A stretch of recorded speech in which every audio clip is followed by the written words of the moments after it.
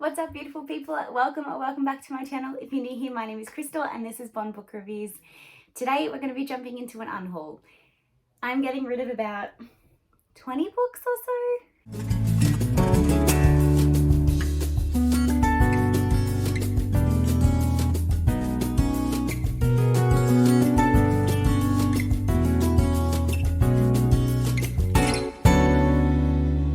Today, let's talk about some of the books that I'm unhauling. Now, I am based in Australia, so if any of these do spark your interest and you're also Australian based, let me know. We can probably sort out something where I can send them to you, because I would rather them go to a home where they're going to be loved and enjoyed by somebody. If you are new here, I'd love to have you around to join the family, so do subscribe if you haven't already. Give this video a big thumbs up if you like watching me unhaul books and throw them off my shelf.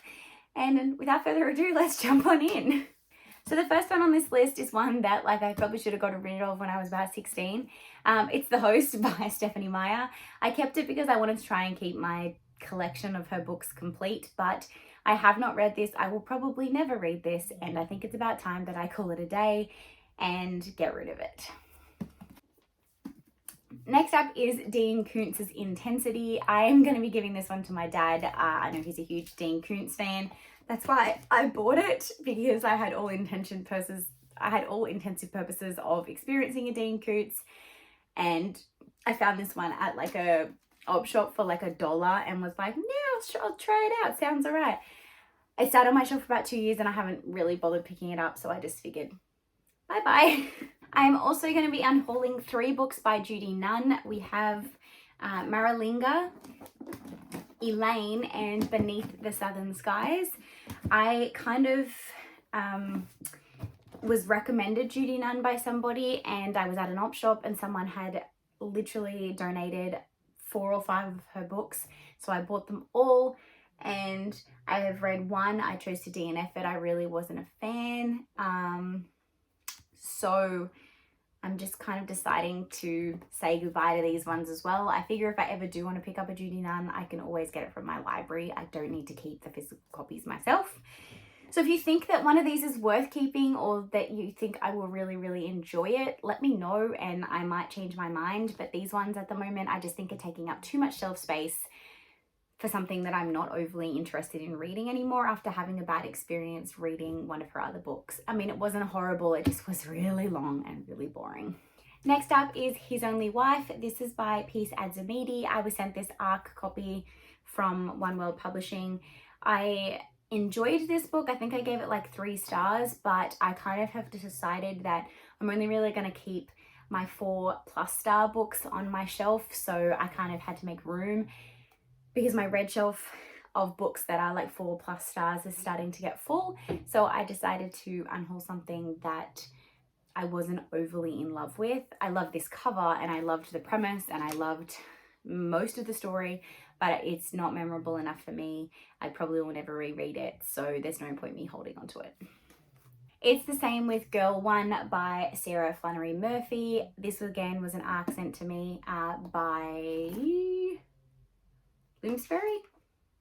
This was an ARC that was sent to me by Bloomsbury Publishing, and again, I had a good time with this. It was good while it lasted, a very good dystopian sci-fi kind of twisty novel, but not enough of a love that I think I want to hold on to it, and there's no one in my life that I think would enjoy it, so I'm not really bothering to pass it on to anybody that I think would enjoy it. So if it is one that has been on your wish list because it is quite a new book, let me know and I can pass it on. This is a book that I kind of held on to for a really long time in the intention of, I will read this one day. But I think I've come to the realization that I will never probably pick this up. It will be on the too hard basket, the intimidating reads list for too long. And if it ended up on a TBR, I probably would not complete it. And that is Boy Swallows Universe by Trent Dalton. Everybody loves this. It's won so many awards, but for me, I think if I'm ever going to do Boy Swallows Universe, I will probably do the audiobook of it. So I will just borrow it from my library and have a physical copy to read along with if I need to. So yeah, just don't think I really need this in my life anymore. Taking up space on my shelf. This is one that was gifted to me from my mother-in-law, and that is The Awakened Woman, A Guide for Remembering and Igniting Your Secret Dreams. She works at Kiki K. This was one of the Kiki K books that you could get there. I think she scored it for free, decided to pass it on because she knew that I really liked books. I took it thinking that I was like, yeah, I'll read a self-help book, and it's sat on my shelf for 2 years. I haven't really bothered with it, so there's really no point keeping it. This is because I have 2 copies and I don't need 2 copies. This is an ARC copy of the Flat Share. I have the complete edition now. I don't really need to keep an ARC copy of it. Absolutely love this book. It is fantastic, and I highly recommend it if you're looking for a romance read that is very, very good with a good level of spice, awesome characters, fantastic banter. Yeah, really good romance if you're looking for it. But yes, I have a completed copy, so I don't really need the ARC anymore. Another ARC that I have recently read and just realized I probably don't need to keep it, and I probably want to share it with somebody else, is The Oath Keeper's Servant by Zach Cool. This is a horror, yeah, I would say like a horror, but it's like YA horror almost. The main character is 13, so it does fall under that YA category, but it's definitely not for the faint of hearted. It did kind of creep me out a little bit. It definitely keeps you not up at night, but it does get you thinking about some things. And yeah, so if you are looking to support a self-published author and you want me to send this your way so you can read it and post a review to help promote their book, let me know. This is another one that I loved. I enjoyed while I read it. Probably will never reread it. Don't really know anyone in my life that I can pass it on to, and don't want to take up space anymore. That's what most of these books are, and that's The Sanatorium by Sarah Pierce. There is apparently a sequel to this now that follows the same detective, Ellen Warner, which I probably will read, but I don't think I need to keep book 1 to be able to read that sequel whenever I eventually get a copy of it, because they seem to be unrelated. So I don't think I'm going to need to reread book 1 to be able to read the sequel. The ending of this was a little bit unsatisfactory in my eyes. I mean, overall, I had a really good time through the whole book, but the ending really fell short for me. So I think that's why I'm kind of passing it on to somebody else.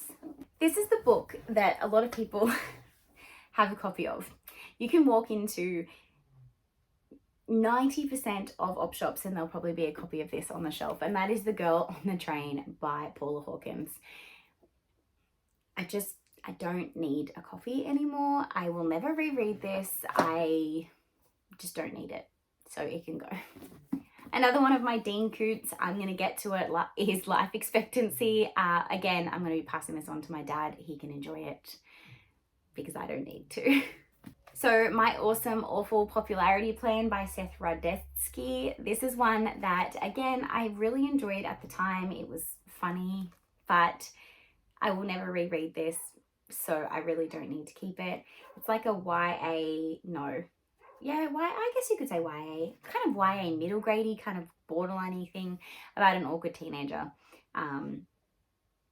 Yeah, so don't really need to keep it. Will not read it again, so bye-bye. The next 2 are thrillers that disappointed me, and I think I have to get rid of them because I can't look at them now without being angry about the fact that they aren't what I wanted them to be. And that's In a Dark, Dark Wood by Ruth Ware and Sharp Objects by Gillian Flynn. I had such high hopes for both of these, and both of them let me down. Not because they're bad books and not because they're not thrilling enough. There was just elements that annoyed me about both of these. This one really focused on the self-harm element, like a little bit too much, to the point that it took away from the mystery. I didn't guess the ending, which was great, but yeah, I don't really need it. So I'm going to pass it on to somebody else who wants to read it. In a Dark, Dark Woods took too long to get to the point, and like I remember enjoying it while I'm reading it, but I probably would never reread it, so I don't need to keep it on my shelf anymore. This is one that I've been holding on to because I wanted to have every book by this author. The Problem with Forever by Jennifer L. Armentrout. I love her other thriller. She's not a thriller writer, Crystal. I love her other fantasy stuff, like a lot. I've had a really good time reading her other fantasy stuff. But this contemporary book, no, just no. She needs to stick to fantasy. So I kept it being like, that way I'll have every book from that author in my collection. Not necessary. I didn't like it. I don't need it. It's going. And the last one is one that I've had on my shelf for probably 2 years now. I've heard good things about, but I'm just kind of like not really interested in it anymore when I look at it. So I figure there's no point me keeping it. And that is Henry's Sister by Kathy Lamb. So that one's also going to go. So nice quick unhaul for you there, guys. Some books that I'm getting rid of that I no longer want on my shelf to make space for the new haul that I received 2 weeks ago. And everything else that I'm going to get for Christmas. Who knows what that'll be. If you have made it this far and listened to all my rambling, leave a cupcake emoji down below. And until next time, guys, thanks so much for watching. Happy reading. Bye.